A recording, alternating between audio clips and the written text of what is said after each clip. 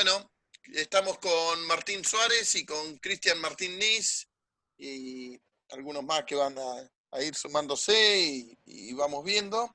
Pero la idea es hoy hacer una charla, la primera charla con el profesor de Ciencia Política sobre historia argentina, como para que podamos ir entendiendo la historia y el presente, ¿no? Para entender el presente hay que entender también y conocer toda la historia argentina como vino. ¿Te parece, Martín, así? Buenísimo. Bueno, me presento, Martín Suárez es mi nombre, para Cristian Martín Nis, tocayo también, así que te mando un saludo grande para la gente del litoral que está ahí. Y vamos a hacer tipo charla, ¿no? Teniendo en cuenta que, bueno, arrancamos la primera clase, somos un poquito menos, más que clase, una charla distendida de lo que tiene que ver con nuestra historia argentina y cómo llegamos al tema de nuestra constitución, cómo nos fuimos organizando como Estado. Digo, pasaron tantas cosas desde 1810, lo que tiene que ver con la Revolución de Mayo, hasta llegar a la Constitución del 53. Tantas cosas que nos pasó como país, que uno, digo, si nos ponemos a mirar ahora el presente y vemos esta grieta que tenemos los argentinos, hay que remontarse para atrás, para el pasado, y no es nueva, ¿no? Siempre, lamentablemente, a lo largo de la historia estuvimos divididos, siempre hubo muchos desencuentros. Eh, en un periodo aproximadamente de más de 40 años hubo guerras civiles, y dentro de ese periodo los argentinos se encontraron prácticamente más que unidos, divididos, ¿no?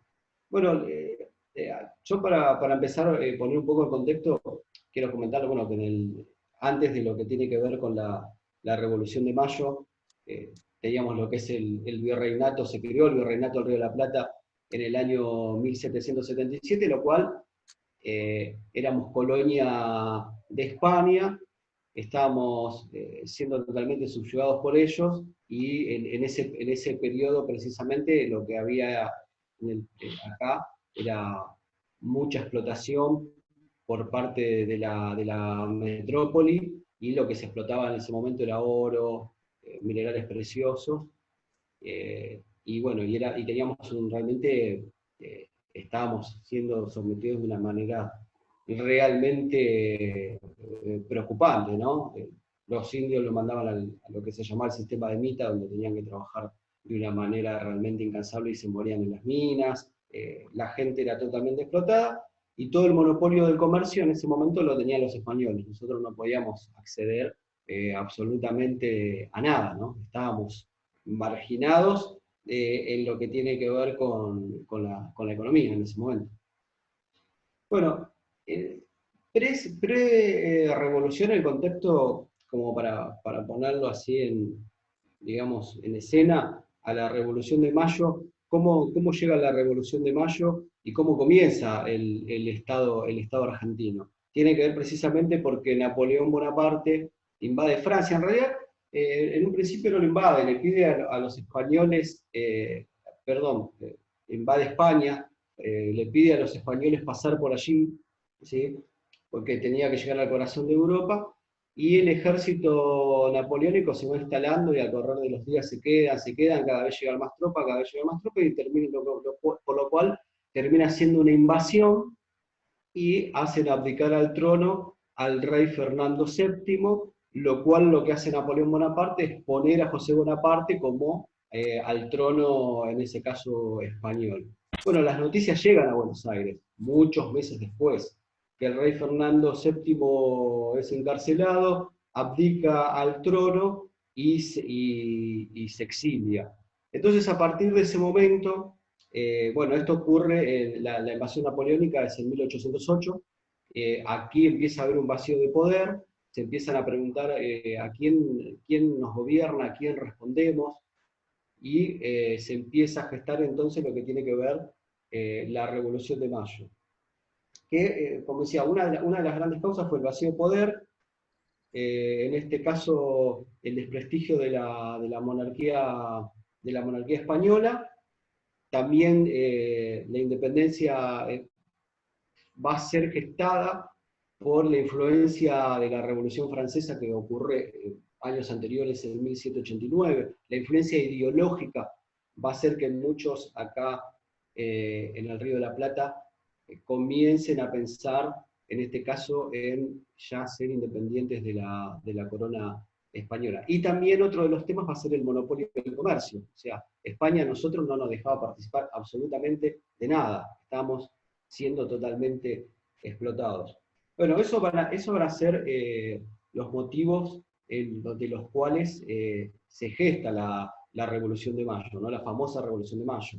Teniendo en cuenta que comienza con este vacío de poder cuando el rey Fernando VII es encarcelado. Entonces ahí se empiezan a preguntar a quién respondemos. Y bueno, y todo lo que recién mencionaba. El 25 de mayo, como todos conocemos, se hace una gran movilización, en este caso para presionar al Cabildo, para que declare la independencia. Se moviliza en la Plaza de Mayo. Bueno, la movilización en ese caso, uno, lo que te cuentan los libros de historias, sobre todo cuando hemos ido a la escuela, es que había mucha gente con los paraguas, en Plaza de Mayo y más, pero en realidad no ocurrió así. No había tanta gente en la plaza y ese día fue muy lluvioso en Buenos Aires, ¿no? Porque si hay algo que construyó la historia argentina, alrededor de todos los que nos sucedió fueron muchos mitos, ¿no? Por ejemplo, como la creación de la bandera, que Manuel Belgrano vio los colores al cielo y demás, que en realidad no fue así, sino que los colores de la bandera argentina seguían respondiendo a la Casa de Borbón, pero eso lo vamos a comentar más adelante. Entonces lo que hace el Cabildo precisamente es hacer una junta provisional, ¿sí? En ese momento, para responder a la primera, digamos, a la gente que se había manifestado en la plaza en un día lluvioso, con paraguas, y no era una multitud tan grande como se creía en ese momento. Decía, a ver, Buenos Aires estaba muy poco poblado, era muy, pero muy poco poblado. Después empieza un crecimiento demográfico que tiene que ver ya con una expansión de la economía y con el correr de los años. Bueno, entonces a partir del 25 de mayo, esa fecha que todos conocemos, el Cabildo hace una junta provisional y a partir de allí y más adelante van a hacer lo que se llama la primera junta, ¿verdad? Bueno, le decía a Claudio, tanto a Claudio Martín, quieren preguntar y aportar ideas, esto es un ida y vuelta, preguntar, o si tienen algunos datos también, digo, entre todos podemos ir haciendo esta charla, ¿verdad? Un comentario sobre los productos, el monopolio español. ¿Cuál era la ruta del comercio español? De España atravesaba el Atlántico, pero no venía directamente a la Argentina, o al Río de la Plata en ese entonces. ¿A dónde iba? A Lima. Claro, lo que pasa que exactamente, porque lo que era, lo que se llama el Alto Perú, o la parte norte, había toda una ruta comercial, en este caso, que utilizaban precisamente Martín los españoles, y el comercio grande en ese momento se generaba allí en Lima, que era lo llamado el Alto Perú, era como en ese momento la capital comercial, ¿sí? En los inicios de la colonia. Lo que sí tenían los españoles era el monopolio del puerto, ¿verdad? Acá en Buenos Aires, correcto. El tema es el siguiente. Si nosotros estamos hablando de que existe un monopolio sobre el comercio, llámese bienes X, cuando llegaba a Buenos Aires a través de toda esa logística, los precios eran inalcanzables para muchos de los ciudadanos de Buenos Aires, bueno, y de otras ciudades. ¿Dónde se avivaron? Algunos, en cuanto, por ejemplo, que sabemos de piratería. Los ingleses. Los Claro. ingleses, ¿qué empezaron a hacer? En vez de, como hacía España, la ruta por Lima, bajar por el Pacífico y entrar por el oeste argentino, Utilizar Jujuy, el puerto de Buenos Aires. el de Montevideo. Llegaban en los barcos de ultramar y pasaban en balsa hasta el puerto de Buenos Aires, que era bajo en ese entonces. O sea, muy playo, no tenía una profundidad que pudiera recibir a esos barcos. Claro, correcto, sí, sí, lo que empieza a ver con Inglaterra es lo que se llama el contrabando, ¿no? De los productos, si se quiere, manufacturados, porque Inglaterra, si se quiere, tenía una pequeña ya industrialización en esos momentos, donde nos mandaban un montón de productos que acá en Buenos Aires no se fabricaba. Bueno, cosa que después en la historia también complica el comercio con Buenos Aires, ¿no? Porque siempre acaba a haber digamos, un gobierno a lo largo de la historia de 1810 a 1853, que por eso son las guerras intestinas o las guerras civiles, que son larguísimas.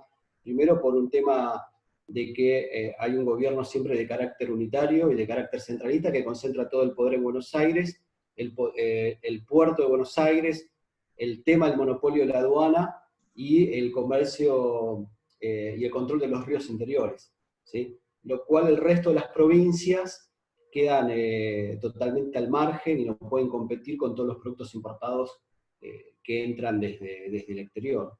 Es otro de los temas, ¿no? Entonces todas las guerras que se van a ir dando con el correr de los años, estas guerras, digamos, entre unitarios y federales y estas guerras intestinas, que empiezan en 1813 con el artiguismo, pero en realidad Artigas lo que va a hacer es acompañar a esta primera junta que está Belgrano, Castelli, Paso, Moreno, etcétera, que ya en esta primera junta y en este primer estado, porque ya pasamos a tener una vez que se realiza este 25 de mayo, que declaramos que se declara, perdón, tiene que ver precisamente con, bueno, la independencia se declara el 9 de julio de 1816, pero tiene que ver precisamente con, nos emancipamos, para explicarlo mejor, de España, y a partir de ahí esta primera junta empiezan a gobernar los criollos toman tienen decisión autónoma y no se rigen por España. Entonces,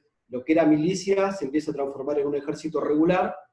Moreno, como periodista y abogado, utiliza la Gaceta de Buenos Aires para poder hacer toda una publicidad de todas las buenas nuevas que llegaban.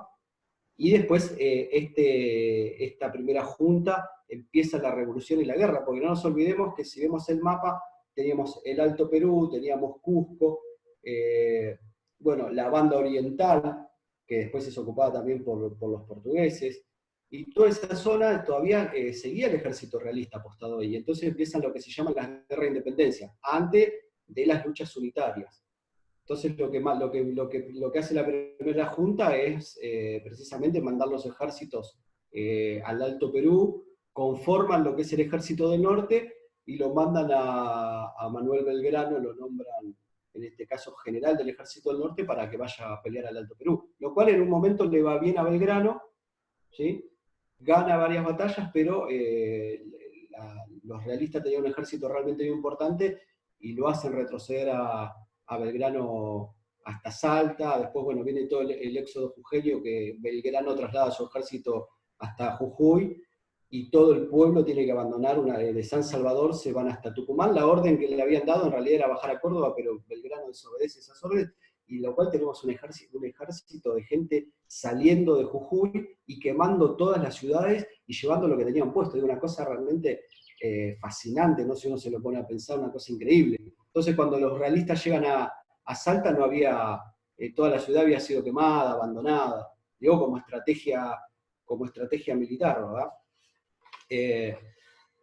Bien, entonces volviendo al tema, tengo algún punteo porque los temas son muy largos. Volviendo al tema económico, claro, sí, eso va a ser una de las principales causas de la independencia argentina, ¿no? El tema del monopolio español, el comercio, y nosotros sí poder controlar todo lo que tiene que ver con el comercio, digamos, y poder tener tratados internacionales. Bueno, nuestro gran socio comercial histórico va a terminar siendo Inglaterra, ¿no? Durante muchísimos años.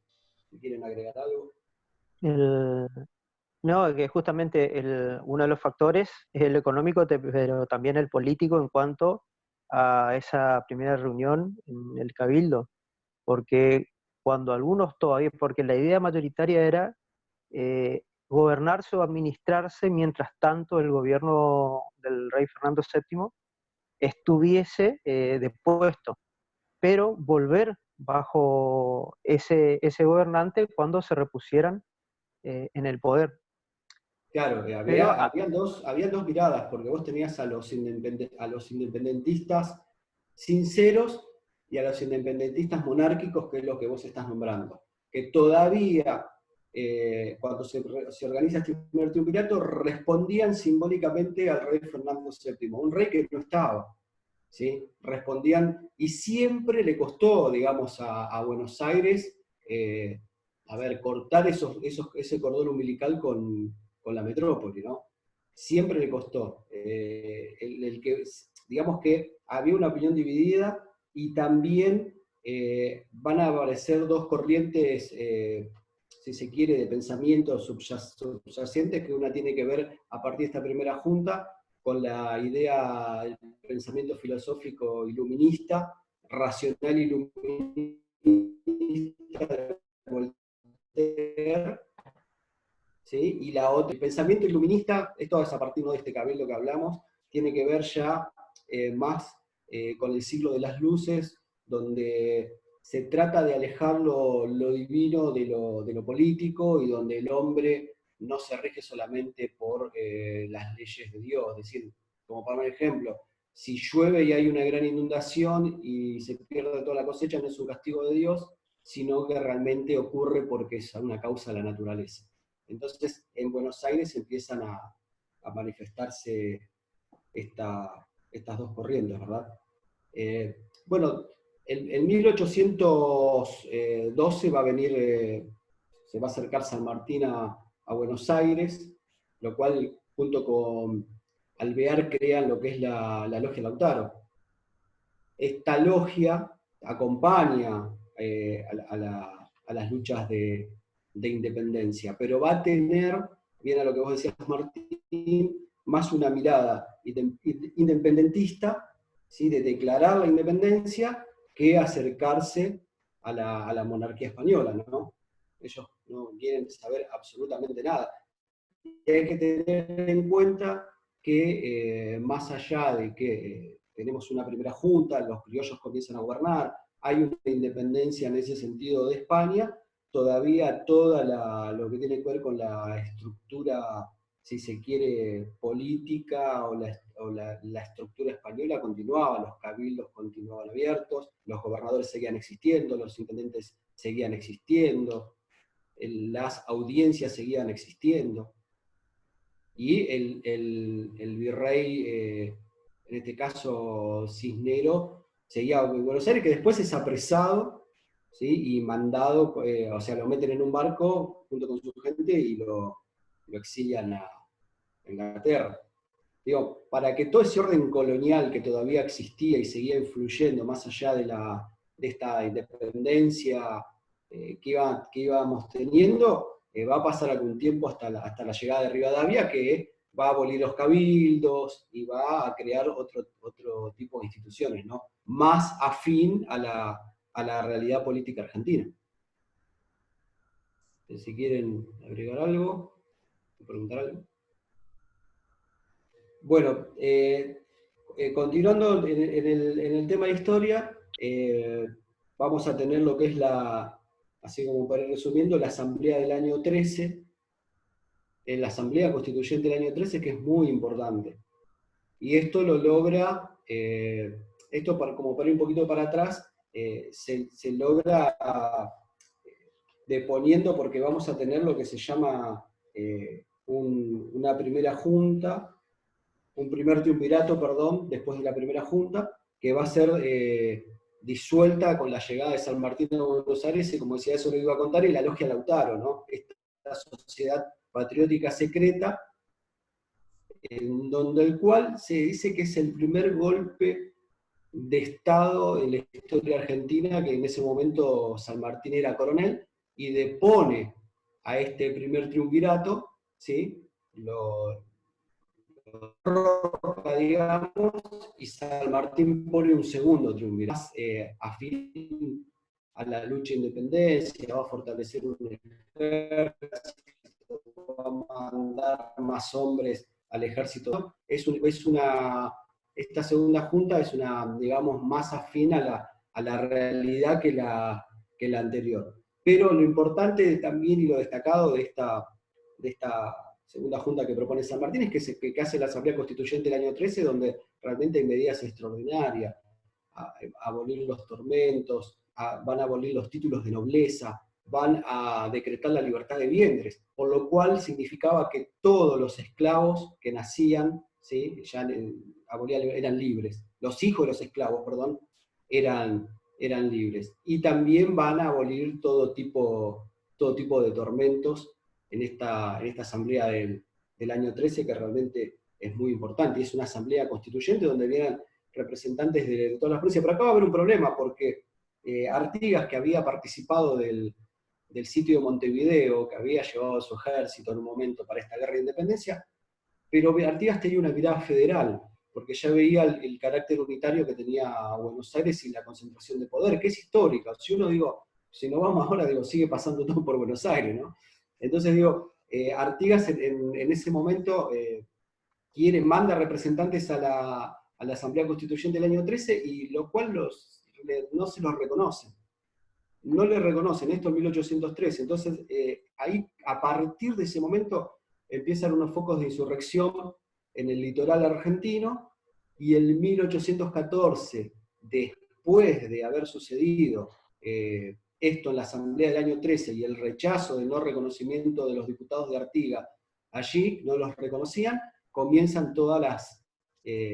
empiezan las luchas intestinas o una guerra civil que se va a extender hasta 1852, ¿no? Por lo menos el artiguismo llega hasta 1814 a 1820 presentando diferentes batallas. Artigas se va a armar un ejército de los cuales va a combatir al poder central, ¿verdad?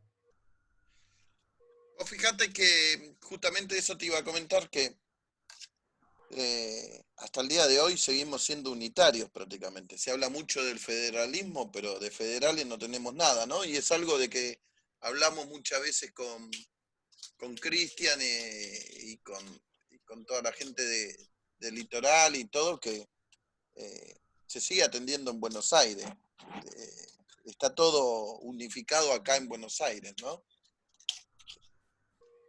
Sí, tal cual, Claudio. Fíjate que en 1819 se presenta la primera Constitución Nacional.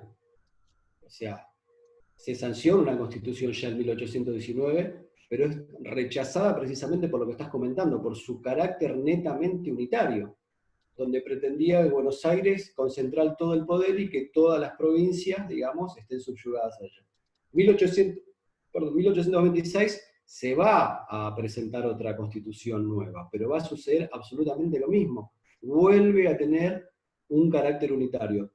Las guerras intestinas, las guerras civiles, precisamente se van dando en ese marco. Primero, en el tema del el carácter unitario que presentaba Buenos Aires y el interior del país, que quería, digamos, ser libre, independiente de Buenos Aires.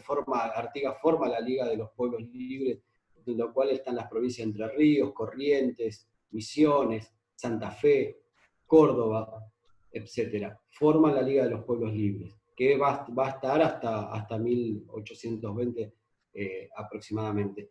Y eso es lo que va a llevar a mantener estas luchas civiles durante todo este tiempo, ¿no?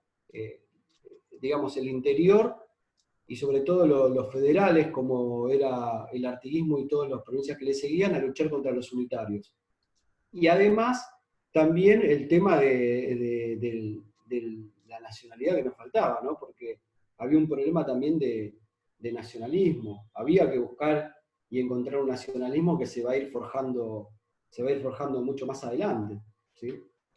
En ese contexto, bueno, volviendo, bueno, ahí tenemos entonces ya la batalla de todo lo que despliegan los unitarios y los federales a lo largo de la historia, donde hay batallas que realmente son sangrientas, donde se han perdido miles de vidas, pero en el medio también se sigue peleando contra los realistas y la guerra de independencia. A San Martín lo mandan a liberar a Chile. Hay que recordar que Belgrano gana varias batallas, pero también se ve superada en otras batallas en Alto Perú y le entrega el mando del ejército del norte a San Martín, que después San Martín a la larga termina renunciando y crea el ejército de los Andes para ir a liberar Chile, y después planea entrar por mar para liberar Perú. Digo, una de las grandes preguntas que uno se podría hacer, ¿qué era San Martín? ¿Era federal o era unitario? ¿Ustedes qué piensan? ¿No? Porque San Martín respondía a... el ejército del norte era netamente unitario, ¿no? Y San Martín respondía a las luchas de independencia en ese momento a los unitarios que lo mandaban. Entonces uno se pregunta, ¿qué era San Martín? ¿No? ¿Unitario? ¿Era federal? ¿Qué era? ¿Qué piensan? En particular, mi visión es que el San Martín, en todo caso, sí abogaba por la independencia, una patria libre y soberana, pero me parece que concentraba el poder en Buenos Aires. Inclusive es tal el pensamiento que ¿a quién mandó el sable? ¿A quién se lo mandó? Sí, sí, claro, es muy buena la reflexión que No, haces. A Urquiza no le mandó, Exacto. Sí, sí, sí, es se lo muy, es mandó a muy... Rosa. Bueno, Rosas era, claro, pero esa es una señal de lo que dicen de que porque San Martín se tiraba más a lo que era el